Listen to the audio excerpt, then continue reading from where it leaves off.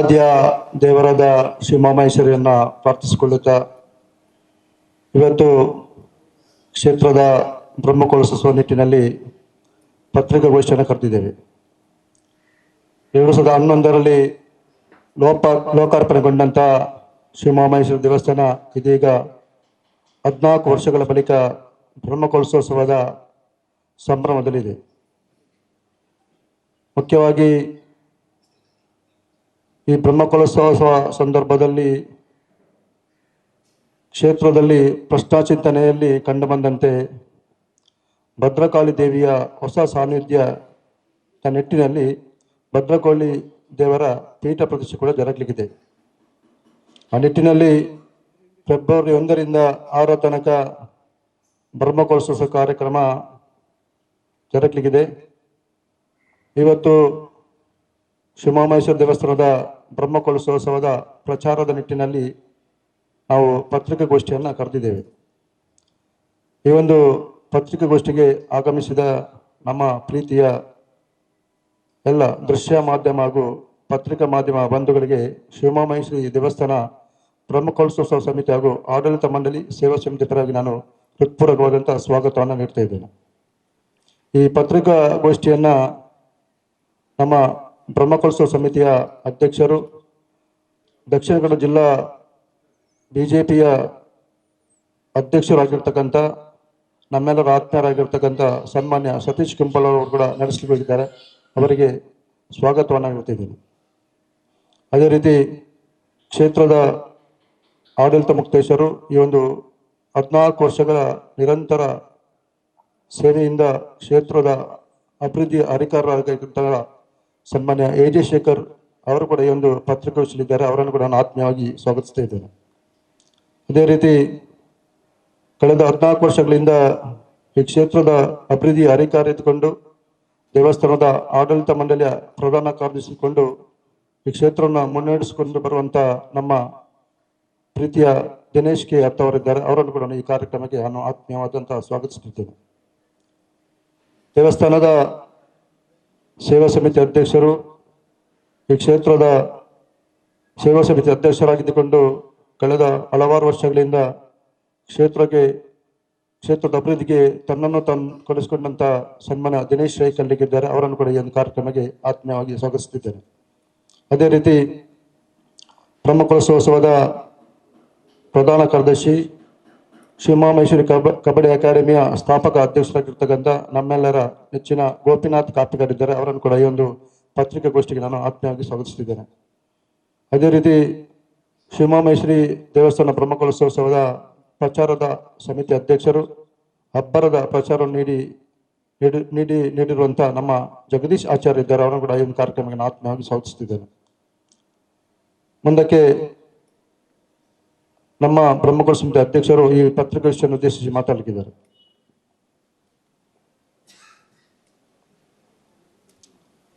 ಈ ಪತ್ರಿಕಾಗೋಷ್ಠಿಯಲ್ಲಿ ಉಪಸ್ಥಿತರಿರುವಂಥ ದೇವಸ್ಥಾನದ ಎಲ್ಲ ಮುಖ್ಯಸ್ಥರೇ, ಮಾಧ್ಯಮದ ಆತ್ಮೀಯ ಮಿತ್ರರೇ, 2011ರ ಹಿಂದೆ ಈ ಕಾಪಿಕಾಟ್ನಲ್ಲಿ ಅನೇಕ ಬೇರೆ ಬೇರೆ ಘಟನೆಗಳ ಮುಖಾಂತರ ಗದ್ಗದಿತರಾಗಿದ್ದಂಥ ಈ ಒಂದು ಪ್ರದೇಶದಲ್ಲಿ ಈ ಊರಿನ ಎಲ್ಲರ ಪ್ರಮುಖರ ಒಂದು ಮಾರ್ಗದರ್ಶನದಂತೆ ಪ್ರಶ್ನಾಚಿಂತನೆಯಲ್ಲಿ ಬಂದ ರೀತಿಯಲ್ಲಿ ಅನೇಕ ವರ್ಷಗಳಿಂದ ಈ ಒಂದು ಪ್ರದೇಶದಲ್ಲಿ ದೇವಸ್ಥಾನದ ಕುರುಹುಗಳಿದ್ದ ಕಾರಣ, ನಿರ್ಜೀವ ವ್ಯವಸ್ಥೆಯಲ್ಲಿದ್ದ ಕಾರಣ ಅದನ್ನು ಪುನರ್ ಪ್ರತಿಷ್ಠಾಪನೆ ಮಾಡೋದರ ಮುಖಾಂತರ ಈ ಎಲ್ಲ ಸಮಸ್ಯೆಗೆ ಪರಿಹಾರ ಸಿಗ್ತದೆ ಎನ್ನುವ ಒಂದು ಪ್ರಶ್ನಾಚಿಂತನೆಯಲ್ಲಿ ಬಂದ ಕಾರಣ ಆ ಸಂದರ್ಭದಲ್ಲಿ ಈ ಒಂದು ದೇವಸ್ಥಾನದ ನಿರ್ಮಾಣದ ಕಾರ್ಯ ಪ್ರಾರಂಭ ಆಯಿತು. ಈ ದೇವಸ್ಥಾನದ ನಿರ್ಮಾಣ ಕಾರ್ಯದಲ್ಲಿ ಊರಿನ ಮತ್ತು ಅನೇಕ ಹೊರದ ಪ್ರದೇಶದಲ್ಲಿರುವಂಥ ಅನೇಕ ದಾನಿಗಳ ಮತ್ತು ಭಕ್ತರ ಒಂದು ಸಹಕಾರದಿಂದ ಈ ಒಂದು ದೇವಸ್ಥಾನವನ್ನು ಅತ್ಯಂತ ಒಳ್ಳೆಯ ರೀತಿಯಲ್ಲಿ ಈ ಒಂದು ದೇವಸ್ಥಾನದ ಆಡಳಿತ ಮಂಡಳಿ ನಿರ್ಮಾಣ ಮಾಡುವುದರ ಮುಖಾಂತರ ಈ ದೇವಸ್ಥಾನದ ಪ್ರತಿಷ್ಠೆಯನ್ನ ಬ್ರಹ್ಮಕಲಶೋತ್ಸವವನ್ನು 2011ಕ್ಕೆ ಮಾಡಿ ಇವತ್ತು ಸರಿಸುಮಾರು 14 ವರ್ಷ ಆಗಿದೆ. 2011ಕ್ಕೆ ಈ ಒಂದು ಪ್ರತಿಷ್ಠಾ ಬ್ರಹ್ಮಕಲಶೋತ್ಸವ ಆಗ್ಬೇಕಿದ್ರೆ ಸಾಕಷ್ಟು ಜನ ಕೆಲಸ ಮಾಡಿದ್ದಾರೆ. ಅವರ ಪರಿಶ್ರಮದ ಕಾರಣಕ್ಕೋಸ್ಕರ ಈ ದೇವಸ್ಥಾನ ಅತ್ಯಂತ ಒಳ್ಳೆ ರೀತಿಯಲ್ಲಿ ಲೋಕಾರ್ಪಣೆ ಆಗುವುದರ ಮುಖಾಂತರ ಈ ದೇವರ ಅನುಗ್ರಹ ಸಿಕ್ಕಿದೆ. ಉಮಾಮಹೇಶ್ವರಿ ದೇವರ ನಿರಂತರ ಒಂದು ಪ್ರಾರ್ಥನೆಯ ಮುಖಾಂತರ ಈ 14 ವರ್ಷಗಳ ಕಾಲ ಈ ದೇವಸ್ಥಾನ ನಮ್ಮ ಜಿಲ್ಲೆ ಹೊರ ಜಿಲ್ಲೆಗೆ ಕೂಡ ಪ್ರಸಿದ್ಧಿಯನ್ನ ಪಡ್ಕೊಂಡಿದೆ ಅನ್ನೋದನ್ನು ಕೂಡ ಈ ಸಂದರ್ಭದಲ್ಲಿ ನೆನಪಿಸಲಿಕ್ಕೆ ಇಚ್ಛೆ ಪಡ್ತೇನೆ. ನಮ್ಮ ಅಧ್ಯಕ್ಷರಾದ ಸನ್ಮಾನ್ಯ ಎ.ಜೆ.ಶೇಖರ್ ಅವರ ನೇತೃತ್ವದಲ್ಲಿ ಅತ್ಯಂತ ಒಳ್ಳೆಯ ರೀತಿಯ ಈ ದೇವಸ್ಥಾನಕ್ಕೆ ಬರುವಂತ ಭಕ್ತಾದಿಗಳಿಗೆ ಬೇಕಾದಂತ ಎಲ್ಲ ಸವಲತ್ತನ್ನು ಕೊಡುವುದರ ಮುಖಾಂತರ ಇಲ್ಲಿ ಬರುವಂತ ಭಕ್ತರಿಗೆ ಒಳ್ಳೆಯ ರೀತಿಯ ಪೂಜೆ ಪುರಸ್ಕಾರ ಮತ್ತು ಪ್ರಸಾದ ಸ್ವೀಕಾರಕ್ಕೆ ಬೇಕಾದಂತ ವ್ಯವಸ್ಥೆಯನ್ನು ಮಾಡುವುದರ ಮುಖಾಂತರ ಈ ದೇವಸ್ಥಾನ ಆಸುಪಾಸಿನಲ್ಲದೆ ಬೇರೆ ಪ್ರದೇಶದಲ್ಲಿ ಕೂಡ ಸಾಕಷ್ಟು ದೊಡ್ಡ ಪ್ರಮಾಣದಲ್ಲಿ ಈ ದೇವಸ್ಥಾನದ ಭಕ್ತರಿದ್ದಾರೆ. ಆ ಭಕ್ತರ ಎಲ್ಲರ ಸಹಕಾರದಿಂದ ಈ ಒಂದು ದೇವಸ್ಥಾನದಲ್ಲಿ ಬ್ರಹ್ಮಕಲಶೋತ್ಸವ ಆದ ನಂತರ ಕೂಡ ಅನೇಕ ಅಭಿವೃದ್ಧಿ ಕೆಲಸ ಕಾರ್ಯವನ್ನ ಮಾಡಲಿಕ್ಕೆ ಸಾಧ್ಯ ಆಗಿದೆ.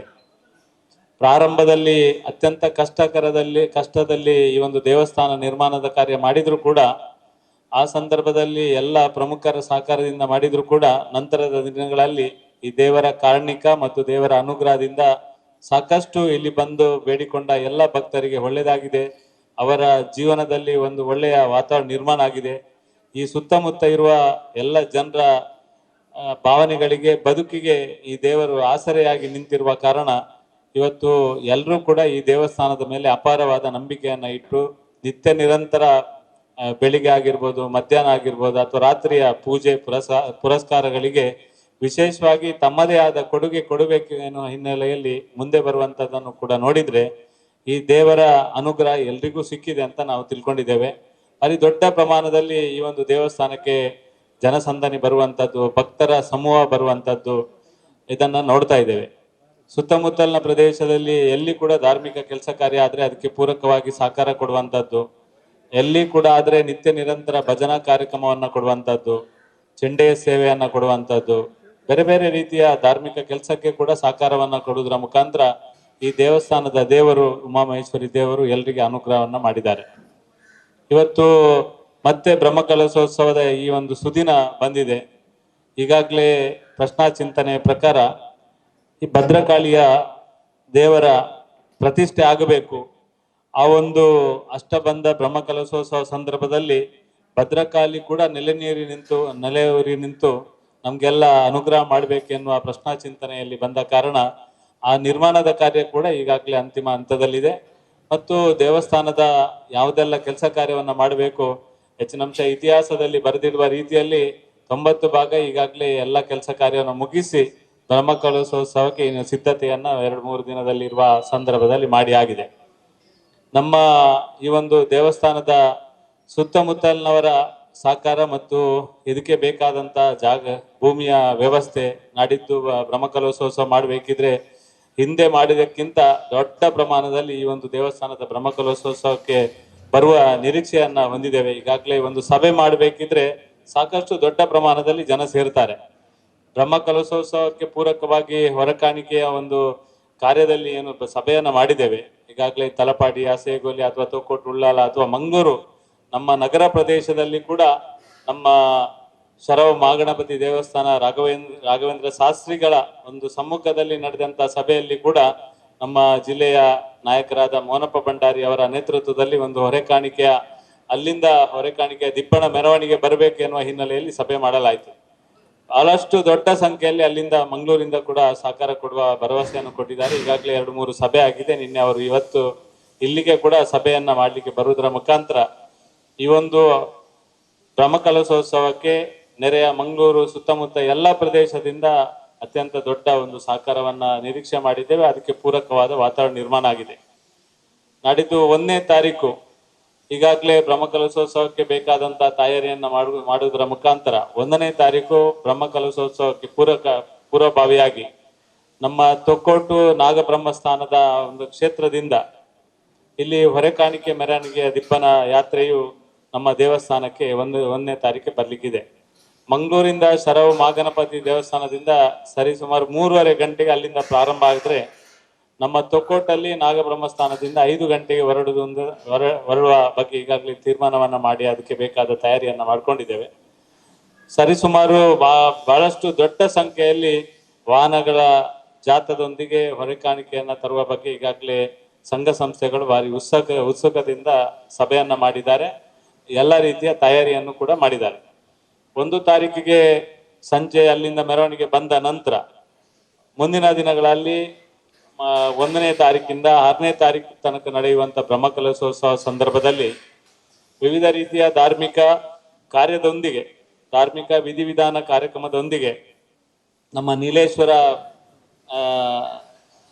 ಕುಂಟಾರು ರವೀಶ್ ತಂತ್ರಿಯವರ ಮುಖೇನ ಅವರ ಮಾರ್ಗದರ್ಶನದಲ್ಲಿ, ಅವರ ಪೌರೋಹಿತ್ಯದಲ್ಲಿ ಅವರು ಈ ದೇವಸ್ಥಾನದ ತಂತ್ರಿವರ್ಯರಾಗಿ ಅವರ ಮಾರ್ಗದರ್ಶನದಲ್ಲಿ ನಡೆಯುವಂತೆ ಎಲ್ಲ ಧಾರ್ಮಿಕ ವಿಧಿವಿಧಾನ ಕಾರ್ಯಕ್ರಮ 1ರಿಂದ 6ನೇ ತಾರೀಕು ತನಕ ನಡೆಯಲಿಕ್ಕಿದೆ.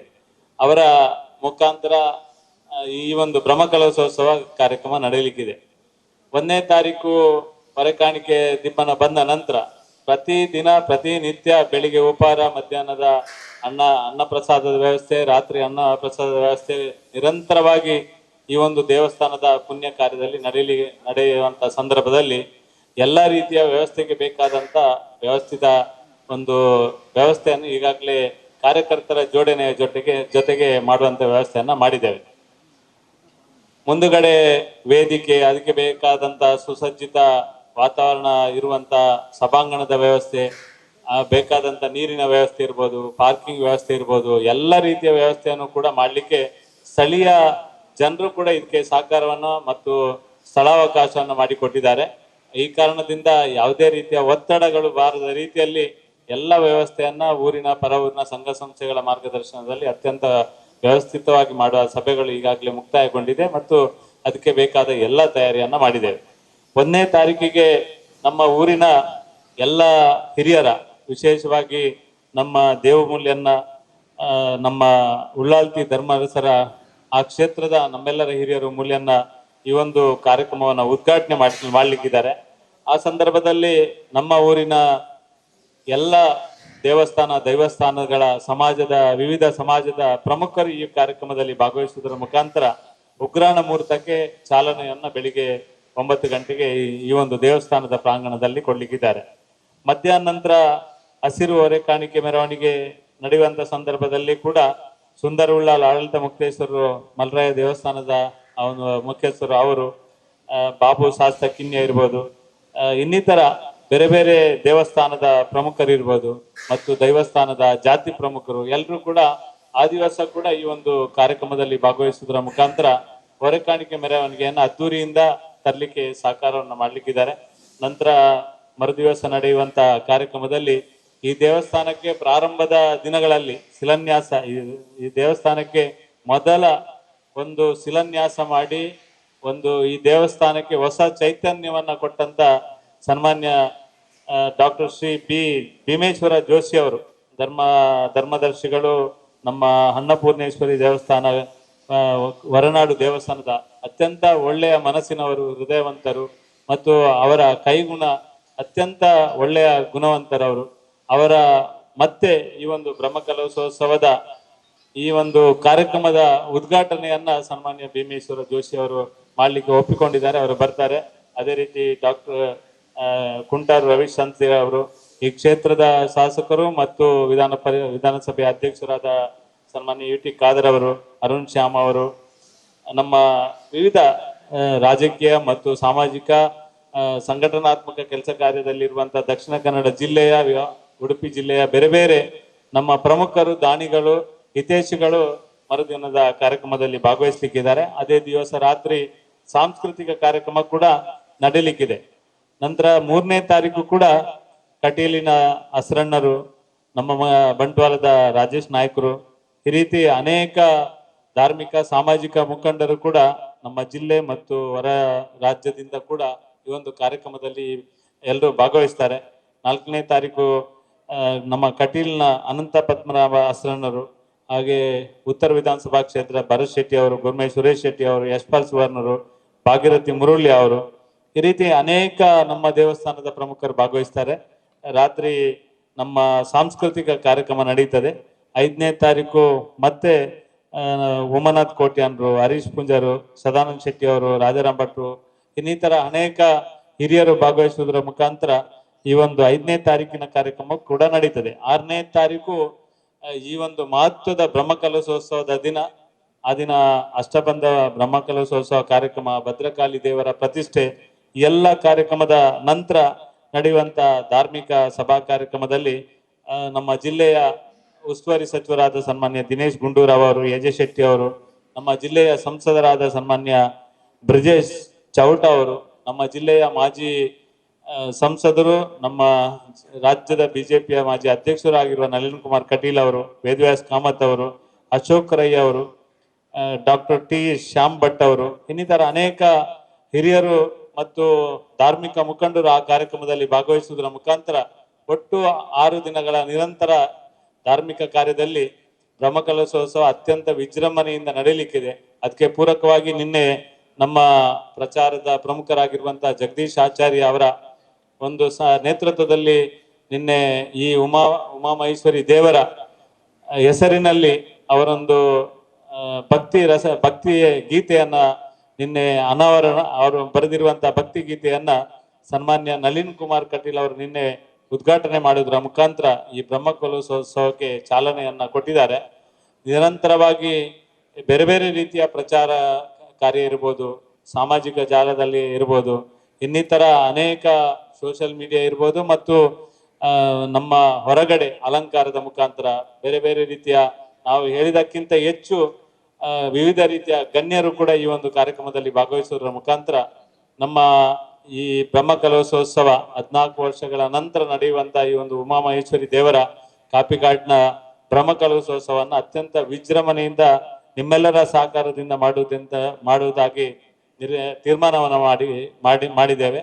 ನಾನು ಈ ಸಂದರ್ಭದಲ್ಲಿ ಎಲ್ಲರಲ್ಲಿ, ಊರಿನ ಭಕ್ತರಲ್ಲಿ ಮತ್ತು ಪರ ಊರಿನ ಎಲ್ಲ ಆತ್ಮೀಯ ಭಕ್ತರಲ್ಲಿ, ಎಲ್ಲ ಸಮಾಜದ ಬಾಂಧವರಲ್ಲಿ ವಿನಂತಿಯನ್ನ ಮಾಡುವುದು, ಈ ಒಂದು ಬ್ರಹ್ಮಕಲಶೋತ್ಸವ ಒಂದು ಐತಿಹಾಸಿಕವಾದ ಬ್ರಹ್ಮಕಲಶೋತ್ಸವ ಕಾರ್ಯ ಆಗ್ಲಿಕ್ಕಿದೆ. ಲಕ್ಷಾಂತರ ಜನ ಈ ಕಾರ್ಯಕ್ರಮದಲ್ಲಿ ಭಾಗವಹಿಸ್ಲಿಕ್ಕಿದ್ದಾರೆ. ಲಕ್ಷಾಂತರ ಜನ ಈ ಅನ್ನ ಪ್ರಸಾದವನ್ನ ಸ್ವೀಕಾರ ಮಾಡ್ಲಿಕ್ಕಿದ್ದಾರೆ. ಲಕ್ಷಾಂತರ ಜನ ದೇವಿ ಉಮಾಮಹೇಶ್ವರಿಯ ಈ ಒಂದು ಕೃಪೆಯಿಂದ, ಅವರ ಅನುಗ್ರಹದಿಂದ ನಡೆಯುವಂತ ಕಾರ್ಯದಲ್ಲಿ ಎಲ್ಲರೂ ಪ್ರಸಾದವನ್ನ ಸ್ವೀಕಾರ ಮಾಡ್ಲಿಕ್ಕಿದ್ದಾರೆ. ಎಲ್ಲರ ಹತ್ರ ವಿನಂತಿ ಮಾಡುದು, ಎಲ್ಲರೂ ಕೂಡ ಈ ಒಂದು ಕಾರ್ಯದಲ್ಲಿ ಭಾಗಿಗಳಾಗಬೇಕು, ಎಲ್ಲರೂ ಸಹಕಾರವನ್ನು ಕೊಡಬೇಕು, ತನು ಮನ ಧನಗಳಿಂದ ನಿಮ್ಮೆಲ್ಲ ಸಹಕಾರವನ್ನು ಕೊಡಬೇಕು.